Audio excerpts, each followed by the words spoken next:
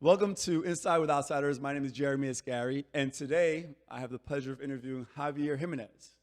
What's up, man? What's How up, you Jay? doing? Good. How are you? I'm great. So actually, I know Javier through one of my best friends, Georgia. I was fortunate enough for her to find an amazing boyfriend and now fiance in Javier. So I appreciate that. Javi, you've been a big part of Outsiders. You've been one of our guides, drivers.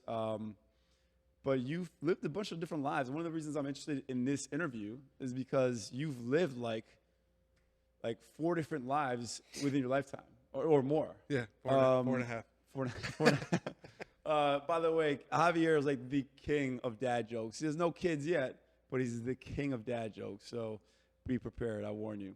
Javi, go ahead. Throw a dad joke in there. No, I was gonna say, try not to say that I know of. Oh, okay, yes. Anyway, Javi, where are you from originally? Born in Costa Rica, raised all throughout the U.S., but mainly up in the Northeast. Where in Costa Rica, and how long were you there? San Jose, and then by the time I was 3, I learned how to swim, and then I made it here. This is going to be that kind of interview. We're going to cut that short right now. I had a feeling this was going to be terrible. I mean, great, but terrible with dad jokes. It's amazing, don't worry. So you learned how to swim and came over here. How old were you when you came over to the United States? 3 years old. And it was just you and your mom, right? Yeah, me and my mom. In a nutshell, she fled the country trying to protect me from a family that I had over there, my biological father's side. We've since reconciled, but she fled, in essence, smuggled me here to a better life. How'd she manage that? I mean, obviously there's issues with like immigration and so on. Like, what'd she do? I mean, it sounds like she did the right thing and she did whatever she could to have a better life for you. Yeah, it was to keep it short, right? It was under the radar for quite some time until she met my stepfather, Yeah. father of my rest of my brothers, and legally adopted me and got me my papers. He got his through the amnesty of 1983. So Is he also Costa Rican? he's also Costa Rican. Interesting story. My parents met in Norwalk, Connecticut. They went to the same elementary school in Costa Rica. Never met each other. Oh, wow. Yeah. Are they still together? No, right? No. Okay. Gotcha. So how old were you again when you came here? I know you mentioned about Yeah, about 3. 3. And where'd you go to? Connecticut? No, it was immigrant hopscotch, right? Like you're just like here, there, 2 months, 2 I months, love 2 that. months. Immigrant hopscotch. It's Yeah. a great term. Until eventually we. So where name of the cities you went to, and do you remember? Like you were young. No, I don't really remember. I've heard Chicago. I heard by way Miami, right? Many of us. Yeah. And that's what I know. But short stints, New York, and then for whatever the hell reason, Norwalk, Connecticut. Well, Norwalk is considered a suburb of New York, right? So It is. I always ask myself the question of like, how alike Costa Rica is Connecticut. That's where my mom was like, yeah, cool, beach, got it. Weird. You know? wow. All right. So Connecticut was the first place you kind of planted your roots, right? Yeah. And how long were you there? Probably until I was about 18. Oh, so you grew up in Norwalk, I grew up in between Norwalk and the city, so I was like back and forth coming into New York City? Yeah, What were you? I mean, what were you doing in New York City as a kid? just visiting. Oh, Had gotcha. my aunt lived in the Heights, and so that's where I would spend a lot of time in the summers. Was up in Okay, so you kind of are somewhat of a true Yorker in a sense because you did spend time here as a kid. Yeah, I mean, like anyone who lives close to New York, anytime you go outside of the tri-state area, you rep New York like Of course. you of were course. born here. Connecticut. Some people in Connecticut they'll rep New England though. I'm really happy you don't. Yeah, no. So after Connecticut, you went to Atlanta, right? Yeah, I went down to Atlanta. So did you finish your school in Connecticut? So I went to school in Connecticut. I, for some reason, convinced myself that going to culinary school was the right move so that I could pay my way through business school. Wait, where's the logic in that? You paid for school To get in a order job. okay, Yeah. okay. Right. So I went to culinary school here in the city, and then afterwards, my mom moved down to Atlanta, and I was like, you know what? I went to my boss, and I was like, hey, I need a raise, right? I support myself in Connecticut, and he's like, I can't give it to you. So I was like, all right, I packed up my stuff, and I rolled down to Atlanta with my mom. Man, Javier can throw down in the kitchen. He's an amazing chef. I think I remember you saying you went to culinary school, but Yeah. eating your food it makes it very apparent you did. It's, Yeah. it's amazing. So, um, Thank you. what? You're welcome. Uh, was there a cultural shock for you? I mean, obviously, when you came to the States, you were too young to really Yeah. be aware of that. But going from Connecticut to the South, I mean, Oh, you're also Hispanic. You're a minority, so I'm sure that might have been a different experience than a white person moving down to the South. What was your experience like? Yeah, it was. It's weird because it's less about what was. It was directed at me every once in a while. If I was walking down the street and I had my hood up because we were in like the suburbs, and so a very conservative, the county that Newt Gingrich is from, just to put some context wow. in Yeah. there. Walking down the street with my hoodie late night and had people drive by screaming slurs at me that were of a completely wrong race, but I just looked as if I was something else, right? Gotcha. To me, it was more about the fact that without a hoodie on in the dark, right, I don't look like what I am. And so what I saw was the behind the curtain. And I don't want to blow stuff out of proportion, right? I saw behind the curtain of I didn't look like what I was. What do you mean? Clarify that. I look more white than I do ethnic, right? Okay. In terms. So I would see things and hear conversations, and people would forget that, among the crew that there was a person who was Right. not like the Yeah. others. And so I heard a lot of things, I saw a lot of things, and being an empath and being Can you also? I don't mean to cut you off, but Yeah. I want you to explain what empath is. Not everyone knows. yeah. Not everyone's a millennial. I'm basically like a magnet for other people's feelings. So So anytime you I'm absorb around, them and feel them. yeah, like I absorb and feel them. So I heard the analogy once made that there's people who are empathetic and there are people who are caring. I'm not so much a caring, nurturing person, but I can feel another person's feeling, and I will be there to kind of like help you out. But doesn't that, in a sense, make you caring and nurturing? I mean, those are qualities that you're helping somebody out, so you're caring and you're nurturing. Yeah. So the way that I guess that I heard it broken down is that the caring person brings intent of care, right? And I don't. And my intent isn't of care. I'm feeling your sadness, and therefore I must do So you're something. saying, I feel your help. sadness. I don't really care, but I just need to make you do We something. need to 'cause fix you we need to 'cause fix you I'm 'cause I'm feeling feeling it. it. Yeah. So it's coming from a selfish place. Yeah, if you want me to about it. Well, at least you're No, helping yeah, out. At least yeah, it's like, yeah. I mean, I care about people. I care about people. but yeah, it's. I don't know. I can't not feel. Not to be all foo-foo about it, like people's energy, right? You can feel if a person's down, and I just draw that in a lot, and it's really tough because being in that space, there's the conscious me who's like, you are talking shit about my people, or not even my people, but the people who I've grown up with. I lived in New York, the Northeast, right? Like I'm from there's a very small community of Costa Ricans anywhere you are.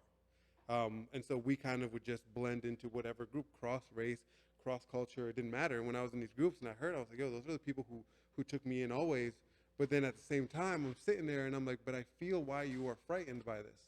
So I was in this like, this catch-22 paradigm of like, you're being a piece of shit. But I hear and I see the fear of where it's coming from. So it was really, it was rough to be able to, from my perspective, as an empath, right, as someone who internalizes other people's feelings. It's almost like you're taking on the responsibility to understand and see where they're coming from while still disagreeing with their view. Right. Yeah, But that's heavy. That's a lot of weight on your shoulders. it is. But there's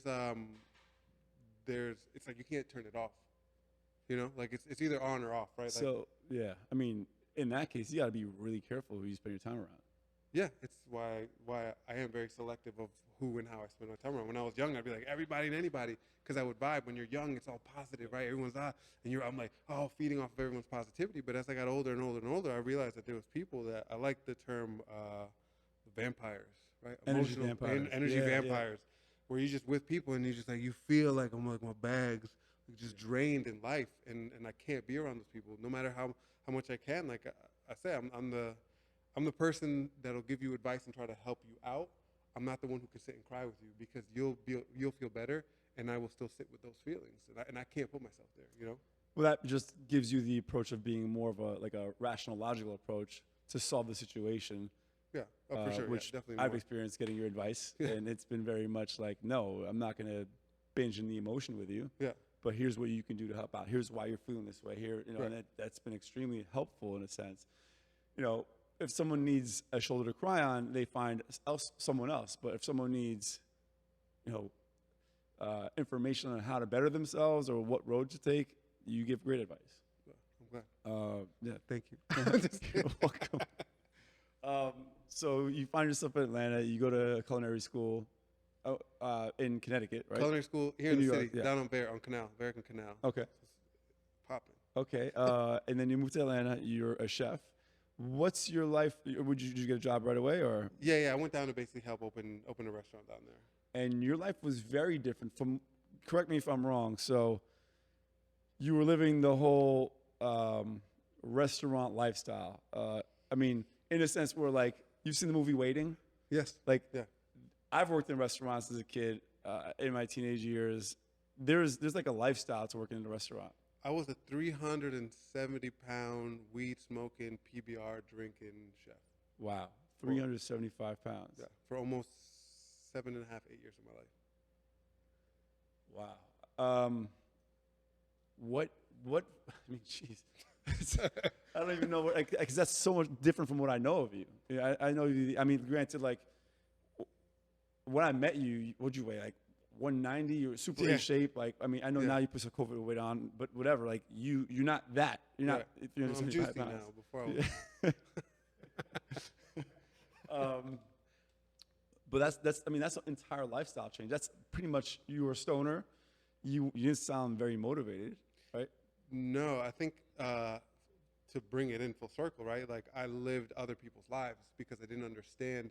It wasn't until I was in my 30s that I understood what an empath was. I didn't understand what it was, and so I know I have these feelings that I couldn't tell the difference. Is this my feeling or is this your feeling? Like I'm just feeling it. I don't know whose it is, and I'm feeling it, right? So weed helped kind of like chill that out to a degree, and then it came a point in life where I did realize and I began to feel that I'm living someone else's life.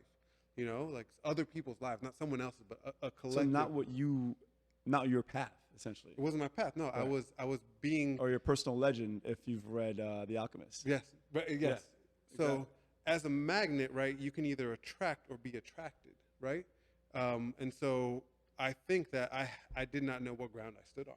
And so as a magnet with no ground, you get pulled to wherever it is. So pull this way and then pull that way and pull that way. And you weren't living the life you envisioned or for yourself and you attribute it to being an empath, not realizing it. Right. So 375. It's my fault, though. It was my fault, right? No, I don't want to say it's like, oh, I mean, empath like it's everyone not- else. I mean, It was but- on me, right? It is fully accountable for my own. Thank God you kind of realized where you stood, what you wanted, and got out of that. You found yourself stoner, 375 pounds, a chef in Atlanta. What changed? Jesus Christ. I was at And when? Give us some timelines. Yeah, I think the one of the catalyst for all the change was the weight loss, right? And the catalyst for the weight loss was I was at a Deftones concert. I was in the mosh pit. I'm a massive Deftones fan. Same. We actually bonded on the Deftones connection. And Bams is a big Deftones fan, right? Yeah. Is your mic on, buddy? I'm sorry. No. The mic. I leave the mic off so don't hear no sounds back. Yeah. Okay, but you're a big Deftones Oh hell fan. yeah, dude! Of course, hell yeah. Deftones is amazing. Shout out to Deftones. Yo, we needed. I wanted. They do have a beer out with a brewery. It's called Ohms. Yeah, we talked about that. I want to get it. I need to get it because I need to put it on a Beer with Bams episode. But we need Okay, to. if anyone watching can get their hands on some Deftones beer, please let us know. Yeah, seriously. Yeah. So you were at a Deftones show. You were in the pit, right? I was in the pit. Yeah. All 370 pounds of me. I was jumping around, dehydrated, drinking beer, and I went to spin around and I tore my LCL in the pit. Couldn't really get out because no one listens to you, right? You're trying to fall and grab and pushing around. Fast forward, right? I get on a plane that night, fly to Connecticut for. But where was the show? Atlanta. In Atlanta, yeah. Fly to Connecticut for a party family thing. When I get here, my knee's the size of a basketball. I go in. I start talking to the doctors, and doctors like, "Hey, my man, like this is status quo, baby. Like this is new you, right? Like your lifestyle choice, your age. I was 27. Your age, your lifestyle choice, your path. Like I don't see a turn. So like prepare for this to begin the future, right? Your body's going to begin to give on you. And I was like, okay, well, I hear you, right? And I walked out. And then I think with some time, being laid up like that gives you time away because you spend a lot of time alone. And I think it may have given me that break of the messaging from everybody else. And I was just like, I don't know, maybe that's a challenge and not a what do you call it? Not my destiny. And that began. Or a wake-up call, for that Yeah. matter. I mean, that's Yeah. exactly what it is, yeah. Yeah, and so I started running and then working out, and my brother was a big piece of that. Like, go, get up, work out, work Which brother of yours? out. My middle brother, Dan. Okay. Yeah, Dan. Big part of me getting out and doing life. So I started working out a bit. By no means was I that way. I mean, getting from 370 to 190 takes forever. How long did that take you? Maybe three years. That's fairly quick for losing that much weight, no? Yes, but it feels like. But forever. in a healthy manner. In a healthy way, yeah. No, Yeah. I didn't do. Not that there's anything with surgery. I didn't need surgery at the point. I was. We're not doing like the juice cleanse for 3 years to get to that weight. No, I Yeah. mean I would be lying if I said I didn't take a fat burner at least. At the time. But who hasn't?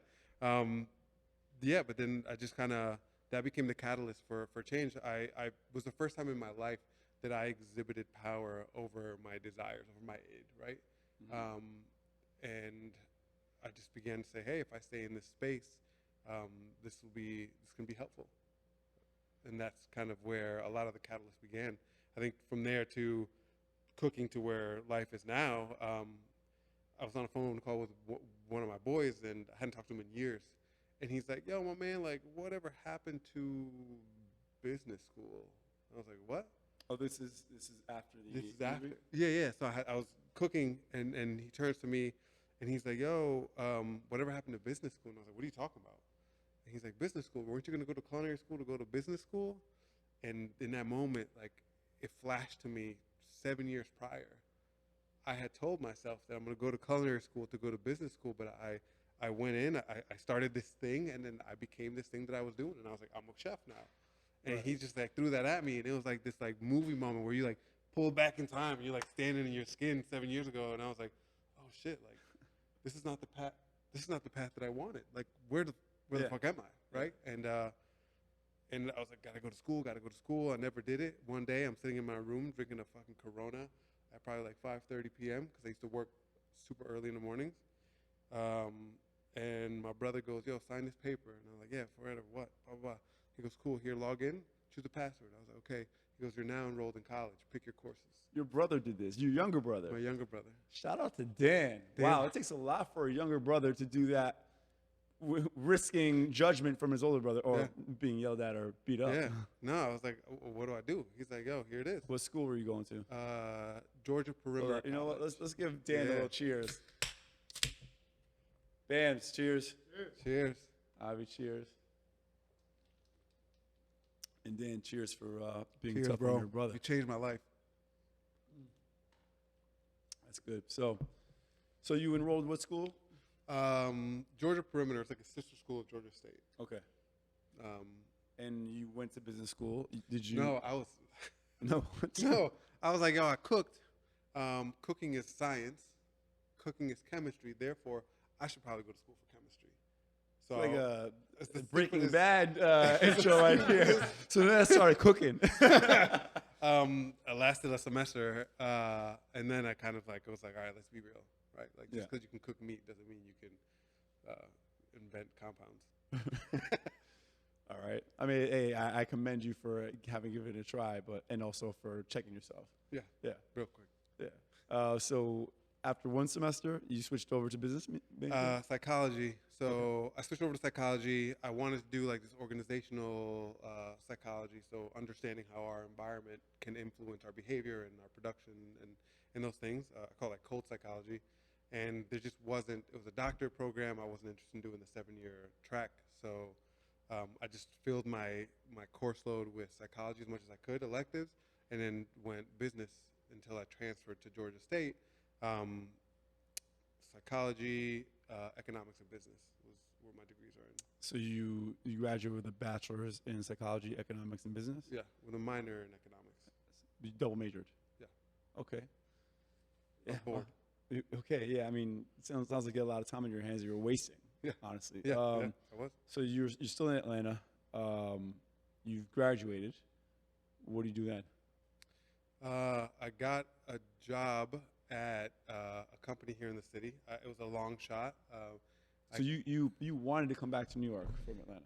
I didn't I didn't want to come back to New York. Like I left New York demoralized and I felt broken. I worked in the culinary world in the city, like barely livable, $6.50, $7, $10 at best an hour was what I was getting trying to live the life in the city. Yeah. And I was broke, and I was like broke and broken, and I was like, I can't, like fuck it. Like I'm just gonna.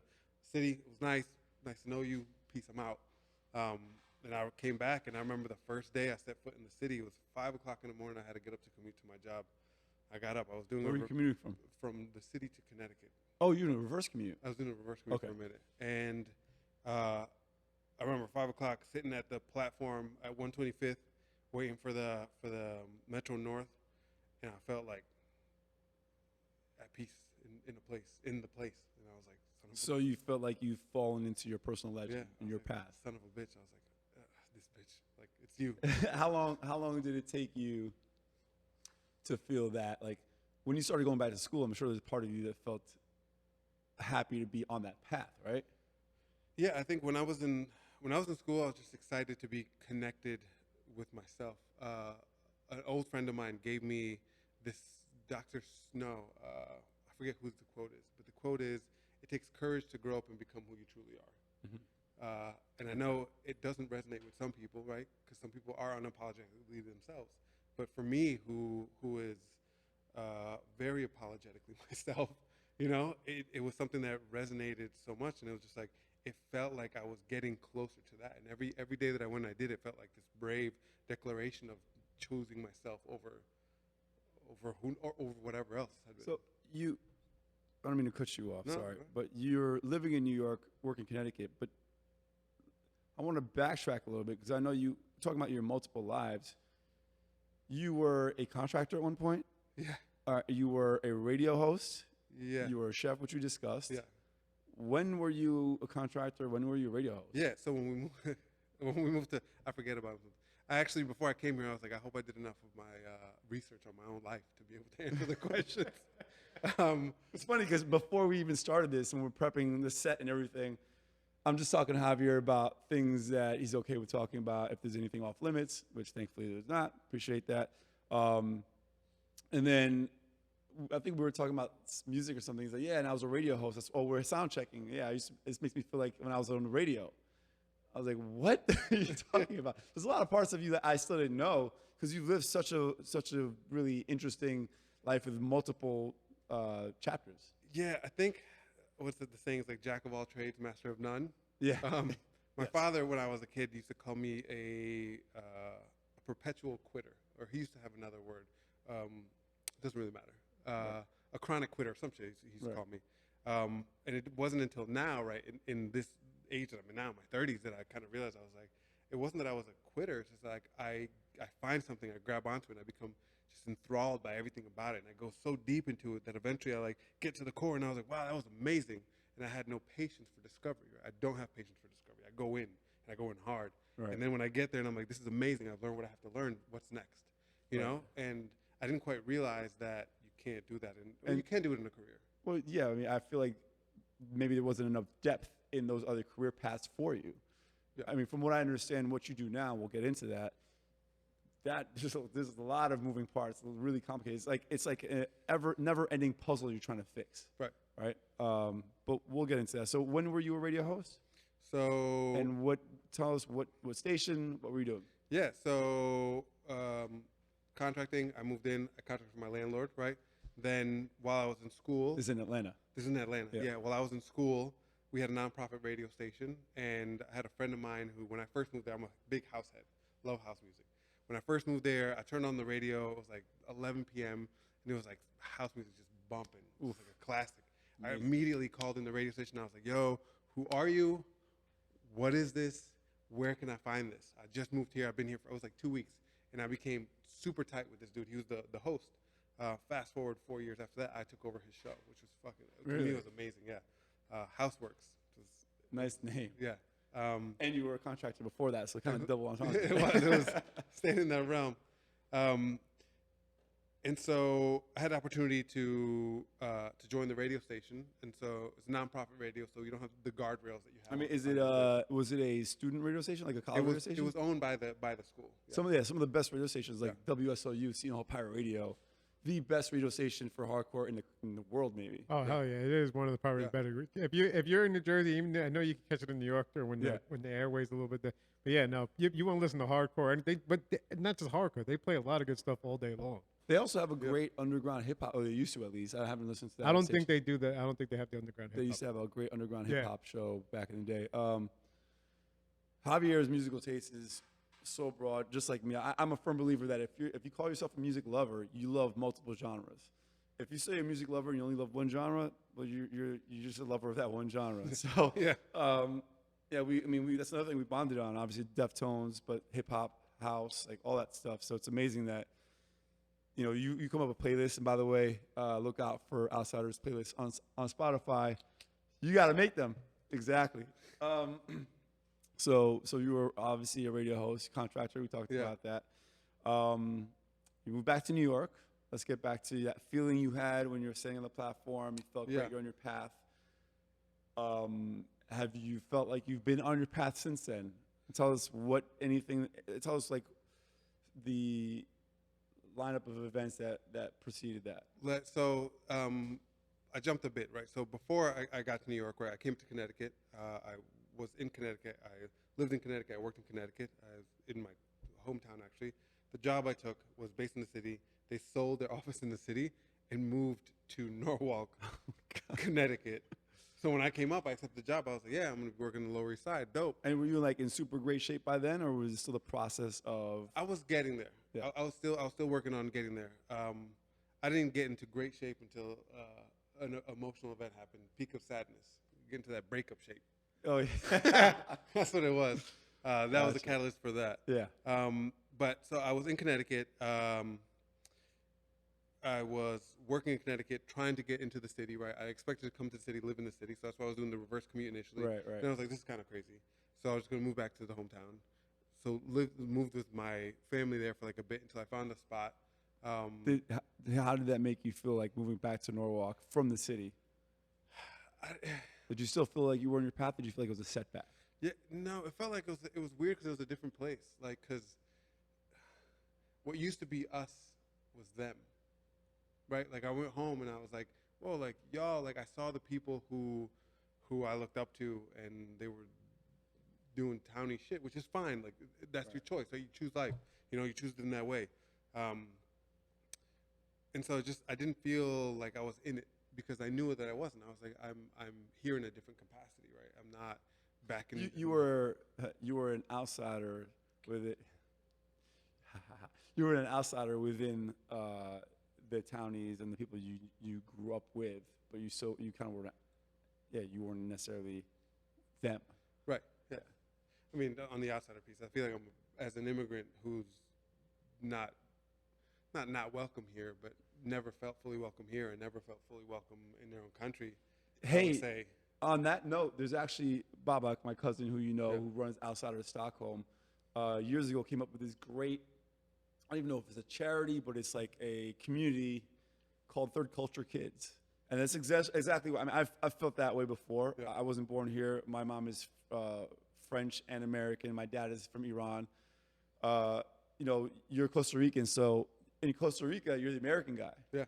In America, you're the Costa Rican guy. Right. So where do you fit in? It's this third culture that only really immigrants or children of immigrants can understand. And it's weird because you almost feel like there's no place where you fit in entirely. Here's the thing, and I talk about this with Georgia, right? Yeah. Often. She's very much a create a home. And I'm like, I don't know if I know what a home looks like, but I know what it feels like. And I know that I felt it many places. I felt it here in the studio. Right. I felt it at your house, in the car. Like, it's a feeling to me, right? Yeah. And I would be all fucking, oh, it's a feeling. But, like, if you feel at place in the place that you are, then, like, that's what you need. And so I feel like dexterous in the ability to be wherever I am, you know what I mean? And say, hey, this is my space here. It's true, because I get feelings, that home feeling, or different aspects of that home feeling from different people in different places as well. My challenge is finding that all-encompassing in one place. Yeah. That's a challenge for me. Yeah, I don't know. I don't know if that. I mean, to be honest, I don't know if that exists, right? And if we find the all-encompassing, then like we've made it, right? We've made it to Mecca. Right, exactly. So, like, I don't know if that's a question that we'll ever answer. So you're working in Connecticut, living in Connecticut. What's the next thing that happens to you? So the next thing that happens to me, I know what you're getting at. We'll go there. I don't even know what you're referring to, but all right. So I'm working at this job. It's my first job out of college. Way too much responsibility, way too much rope to hang myself with. I'm supposed to fly out to UK, and I'm going back to my home because I forgot my passport. And I pull up to this house, and there's a fire truck in front of my house, completely blacked out. This is in Connecticut. This is in Connecticut. Completely blacked out house. I'm like, I pull up to this fire truck. I was like, what are you doing? It was like, I was driving behind on the way home, and it's one of those things like, oh, I wonder if this ambulance is going to my house, you know? And then it pulls up to my house, but like my house, there's nothing wrong with it, right? Okay. So I pull up. I couldn't see it. It was so dark. And I'm like, I pull up. The firefighter's like, what are you doing here? And I was like, it's my house. He goes, what do you mean this house? I was like, yeah. He goes, this house here? And I was like, yeah. He goes, you don't know what happened? And I was like, no. And he takes his mag light and he shines his mag light on the house, and it had burned down. Oh my God. You lost everything. I lost everything. Yeah. Every material possession you had. Everything. How does that change you as a man, as a person? Yeah. Excuse me. No, I am a man. I identify as a man. Okay. How it changes me as a person. I think the first thing I did, which is I called my cousin up and I was like, "Yo, I think I need your help. My place burned down. I'm trying to see what I can salvage from it." And I was like, "By the way, on your way here, I got crazy craving for some barbecue." So Are you joking? that's what I said to him. And he was like, he's like, You lost everything. You call him, I think I may need some help. Can you bring some barbecue? Like was that your comfort in a way, or was it just like humor is always my absolutely. Okay. What better way of addressing a moment of anything than by slicing that shit right in half? No, I commend you. I'd be like, come help me. My life is ruined, and it wouldn't be. It's material possessions, of course, but like, yeah. I think I have a pretty good shock response. Yeah. I internalize it really well, and then hold it, and then I process it later when a little bit of the adrenaline's down. So in that moment, I was like, okay, cool. Let's see what we can save here, if anything, right? Before I start running around like crazy. So I was like, perfect time for a joke. Make everyone else the empath. Make everyone else feel comfortable. Because now I've made a joke about my fire. What's funny is you say that, but your favorite humor is making people feel uncomfortable and not like letting them in on a joke. Like you want them to feel uncomfortable for as long as possible. This bastard loves that humor. But in like a Javier, safe me and you space. get along because I like doing that too. Man, you guys can have a great time making people feel really uncomfortable. Because it's in a safe space, though. Because eventually afterwards you do it, and the person's like, whoa, and all of a sudden we've bonded in this moment. You were super uncomfortable, and I was there. I pushed you in front of a carpet, and I pulled you. I saved your life. Yeah, it's really funny. So now we're bonded. Well, Dan, so how did this change your life moving forward? So I think in the course of 6 months, right, to not give you the long version of the story, right, in the course of 6 months, I tried to get I tried to rebuy all my furniture because, as anyone may know, insurance companies take forever, if ever, to pay you. So I tried to rebuy my furniture. I tried to extend my credit, and I got denied. So I go find out. Turns out my identity had been stolen for $30,000. So if you remember, I was going back to my house to get my passport because I needed to get on a flight to fly to UK. So needless to say, I did not get on that flight.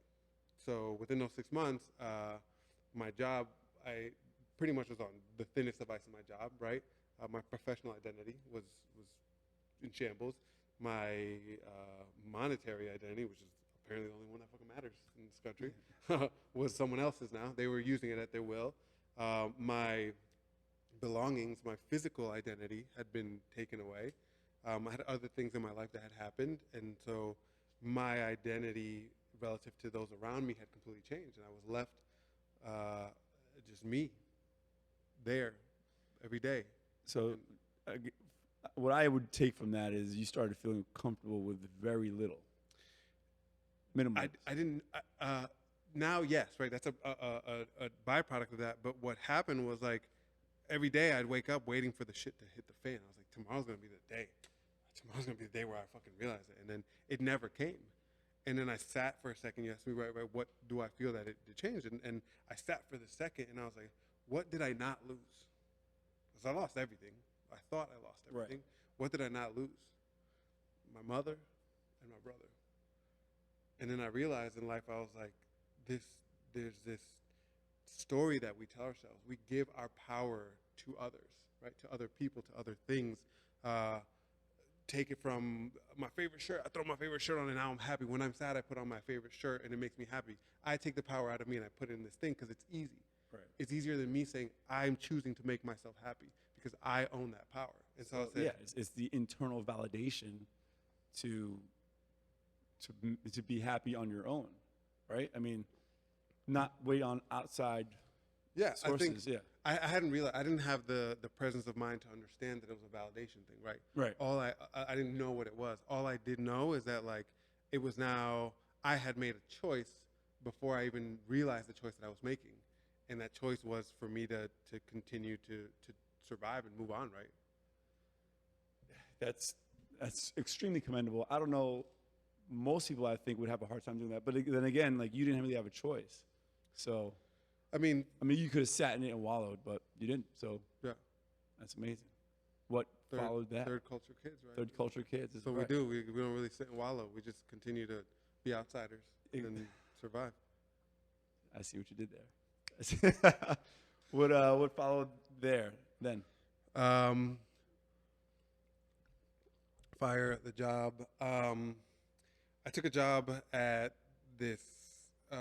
Over the course of like 2 years, I moved from company to company in probably 3 companies over the course of like 2 years, just trying to find space. I went through. Had I met you by then?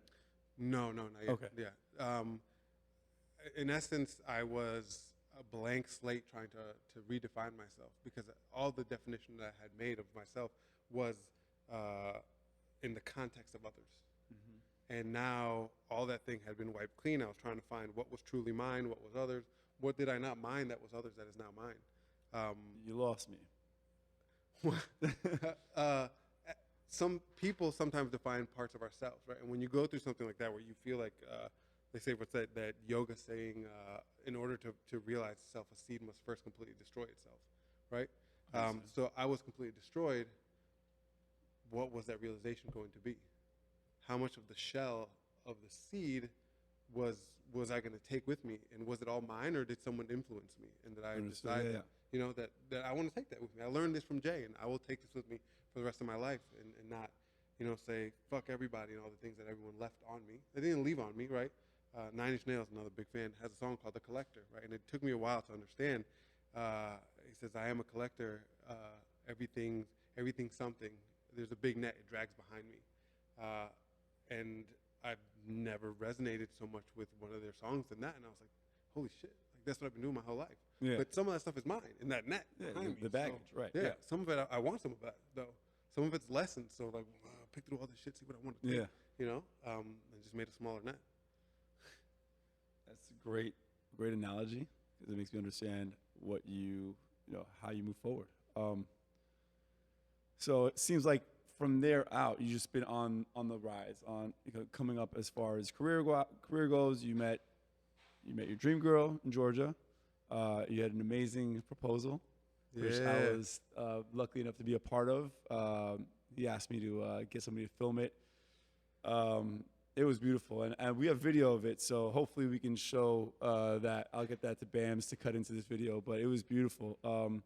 I'm not sure if that jumped a bunch of steps forward or was that kind of like the way, that direction your life kind of started going? No, I think I mean you can zoom in on any moment in your life and be like, what's the meaning in this moment, right? Right. And I think it's just a series of choices and decisions and pieces that have just become these blocks of the walking path. So I think I don't think there's any large piece in between there that. Okay. That's great. And I really appreciate the fact that you and Georgia connected because I found an amazing friend in you. Yeah, no, I agree. I stole him You did. from you. It's mine now. What's funny is that we really connected because we were supposed to go, you, me, Georgia, to Miami and hang out, and Georgia just couldn't make it last minute. So actually, this is like, what, a year into your relationship with her? Yeah, So Javier and I just went together and had a great time. Yeah. It was really amazing. yeah. Um, We shared a bunk. we shared a bunk in the Freehand Hotel. No, the hand job. Freehand. That didn't sound like a dad joke. No, it did not. It did not. And I know you won't cut that out, so thank you, man. Appreciate it. No, thank you, Javier. Moving on. So I appreciate you sharing everything about your life. Is there anything? Let me ask you a few questions. So, what advice would you give high school you, looking back on what you've experienced? If there's anything you would change, what advice would you give him? So cliche. And it could be something really brief. Don't go too long. We're kind of running low on time. I wouldn't tell him anything. I love who I am now. I love the people that are around me. I love the lessons that I've learned. I regret nothing that I've done. I mean, if I hurt you and I haven't apologized for it, I am sorry if you're seeing this. But I don't regret anything else. What motivates you to keep on pursuing your dreams, and what does success mean to you? What motivates me to keep my dreams going? Or pursuing your dreams, yeah. Or pursuing my dreams. Cliche as fuck, but like growth.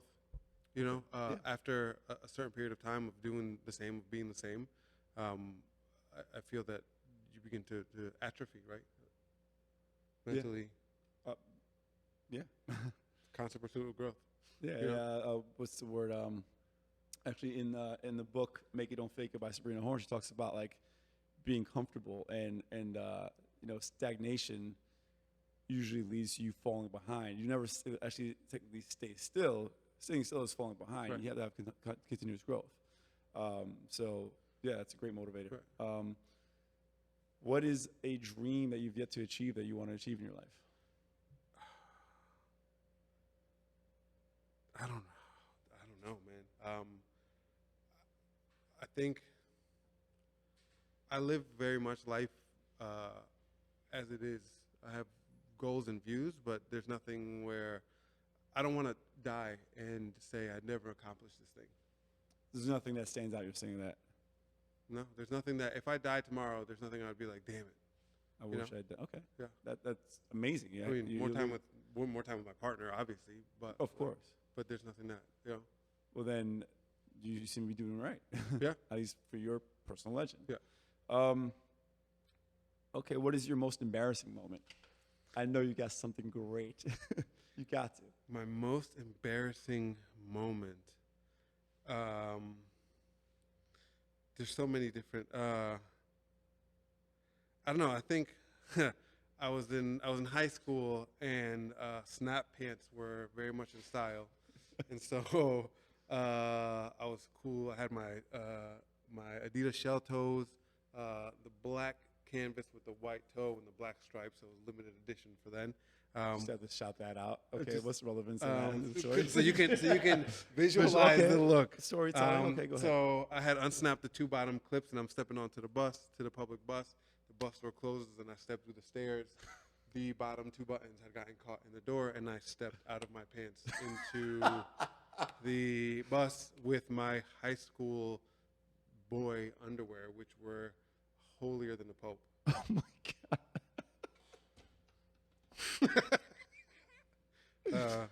That I knew he had a great story. You always have something embarrassing happening. It's called life. What have I not asked you that you want to share with the audience? Something about yourself you'd like people to know. Cue dad joke. No, I don't. I don't know. I feel like maybe I'll switch and say something that I because I don't know. I don't really know what to share. But I say one thing that I hope is that when I meet people, they feel the loving, caring person that I am, and that's what I leave with them. You first said you say empath, so you're not caring, but now you're saying caring. Hypocrite. Shut up. I understand what you're saying, You know? and I'm a firm believer people do feel that. I mean, I feel that. I see people in the way they interact with you and the outsiders, feeling very comfortable, feeling taken care of with you.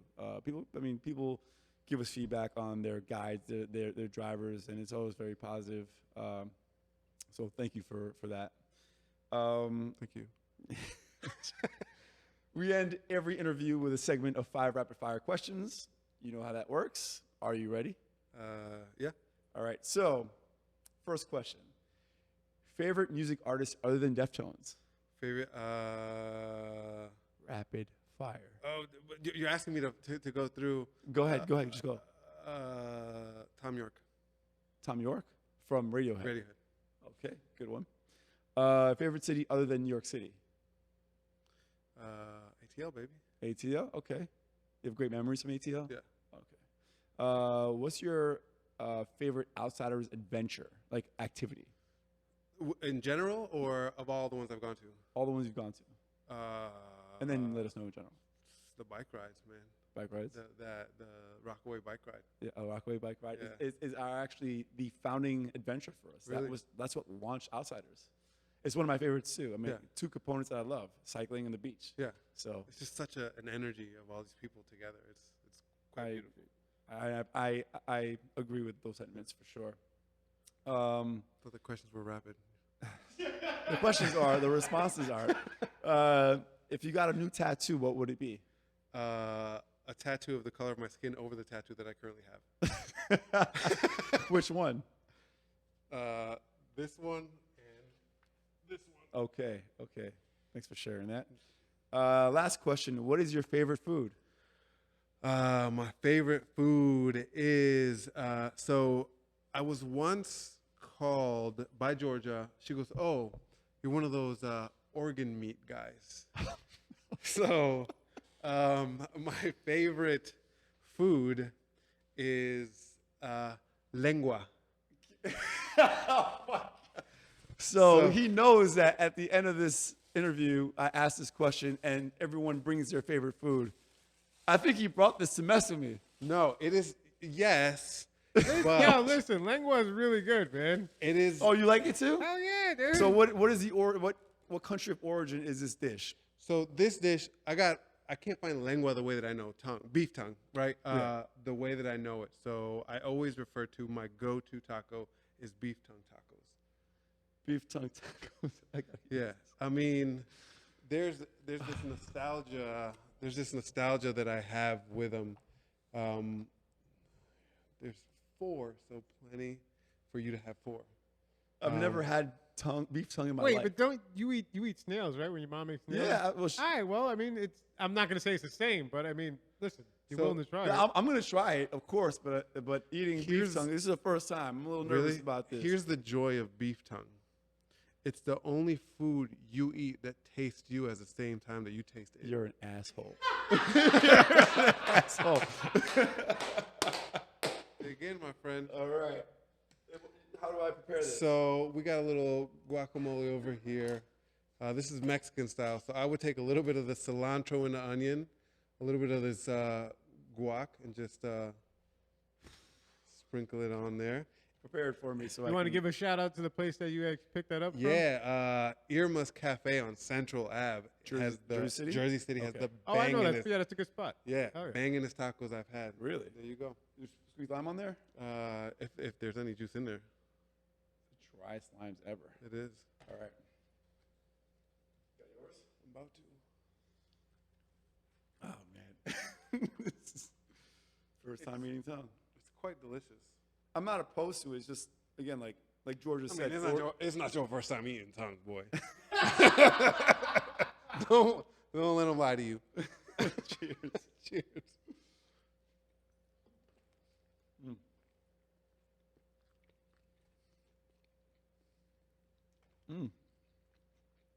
I mean, it's like beef. Tastes like beef. Tender beef. Tender, yeah, it's more tender. Yeah. Well, the first time for everything, right? I might have it again. It's funny that I'm talking like I'm scared about this, but I've eaten like bugs in China, like fried larvae and all that stuff. Anyway, on that note, I appreciate you being part of this interview. Thanks for sharing your amazing life and story with us. I got nothing but great things to say about you, but I'm hungry and I want to eat. Wait, I thought you guys were doing something. He had a bottle he wanted to share. Oh, yeah. What you got? Oh, mezcal. Mezcal and tongue. That's a great little contraption. What is that? Want to shout them out? Yeah, they come included. If I can get this open here, open your own. How do I do this? Just put the little cap off of it.